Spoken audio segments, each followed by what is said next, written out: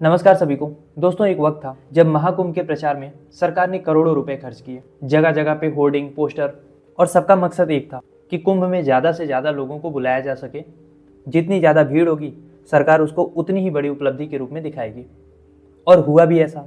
महाकुंभ के भीड़ को सरकार बहुत बड़ी उपलब्धि के रूप में दिखाती है, लेकिन उस भीड़ में जो भगदड़ हुई उसका नंबर छोटा करने में सरकार कोई कसर नहीं छोड़ रही है। लेकिन बीबीसी की एक ताज़ा रिपोर्ट ने इस चमक दमक के पीछे का जो काला सच था उसको सामने ला दिया है।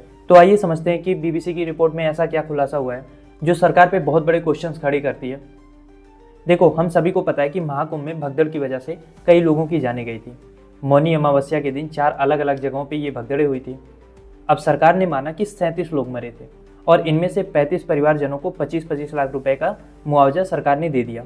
लेकिन वहीं जो बीबीसी की रिपोर्ट आई है वो कहती है कि जो असल में लोग मरे थे वो 82 थे, यानी सरकार के आंकड़ों से दोगुने से भी ज़्यादा। अब बीबीसी ने ये आंकड़ा कोई हवा में नहीं निकाला।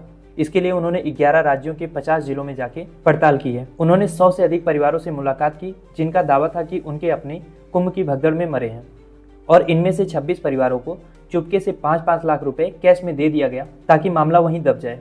लेकिन ये पैसे सरकारी खजाने से आए या नहीं, इसका कोई रिकॉर्ड नहीं है। और 19 परिवार तो ऐसे हैं जिन्हें एक फूटी कौड़ी भी नहीं मिली, जबकि इन परिवारों के पास पोस्टमार्टम रिपोर्ट से लेकर अस्पताल की पर्चियां और मृत्यु प्रमाण पत्र सब मौजूद हैं। कुछ ने तो 29 जनवरी का वीडियो और तस्वीरें भी दिखाई जिनमें उनके मृत परिजन उनके साथ दिखते हैं। पुलिस ने इन परिवारों से लेटर पर साइन करवाए कि उनके लोग भगदड़ में नहीं बल्कि तबीयत खराब होने से मरे थे, और इस तरीके से जबरन मृत्यु के कारणों को बदला गया।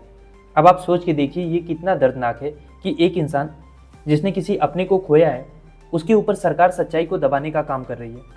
और बीबीसी ने तो बाकायदा अपनी रिपोर्टिंग में जो 26 परिवारों की मैं बात कर रहा हूँ उनके फोटो सबूतों के साथ मामला पूरी दुनिया के सामने रखा। उन्होंने फोटो, वीडियोज और 100 से जो सबूत जुटाए वो साबित करते हैं कि सरकार ने सच छिपाने की कोशिश की। बीबीसी की इस रिपोर्ट ने बहुत सारी दिल दहला देने वाली घटनाओं को हम सब के सामने उजागर किया। हरियाणा की सुनीता देवी अपनी सास कृष्णा देवी को लेकर कुंभ गई थी। अब वो बताती हैं कि भगदड़ में वो और उनकी सास दोनों लोग दब गई। हालांकि वो तो बच गई, लेकिन वो फूट फूट कर रोती हैं कि वो अपनी सास को नहीं बचा पाई। और ऐसी बहुत सारी घटनाएं हैं। 47 साल के ननकन अपने परिवार के साथ संगम तट पर पहुंचते हैं, फिर ऐलान होता है कि अमृत बरस रहा है, स्नान कर लो। लोग पागल हो गए, भगदड़ मची और कई लोग इस भगदड़ में मारे गए। ननकन भी उन्हीं में थे। परिवार को 100 ले जाने के लिए एम्बुलेंस मिली और अंतिम संस्कार के लिए 15,000 रुपये कैश, लेकिन इसका भी कोई रिकॉर्ड नहीं था। ऐसे कई परिवारों को 15,000 रुपये नकद दिए गए बिना किसी दस्तावेजी प्रक्रिया के।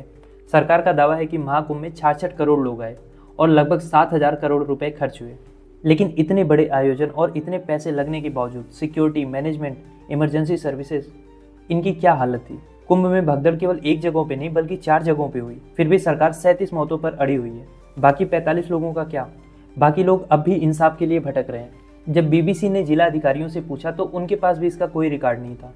दोस्तों, ये डिजिटल इंडिया की बात करने वाली सरकार है। आधार कार्ड से वेरिफिकेशन तक नहीं कर पाए कि मरने वाले कौन थे। जब महाकुंभ की इतनी भीड़ में 66 करोड़ लोगों को गिना जा सकता है तो 100 की पहचान और उनकी सही गिनती क्यों नहीं हो सकती? और दोस्तों, सबसे बड़ा सवाल तो ये है कि हमारी मीडिया कहाँ सोई थी। बीबीसी ने जो पड़ताल की है, सही मायने में तो ये काम हमारे देश के मीडिया चैनलों को करना चाहिए था। दोस्तों, सरकार क्लेम करती है कि 66 करोड़ लोग कुंभ में आए थे। ये ठीक है, ये बहुत अच्छी भी बात है, लेकिन अगर एक भी इंसान सरकार की लापरवाही से मरता है तो क्या उसका हक नहीं है कि उसकी सच्चाई सामने आए, उसको इंसाफ मिले?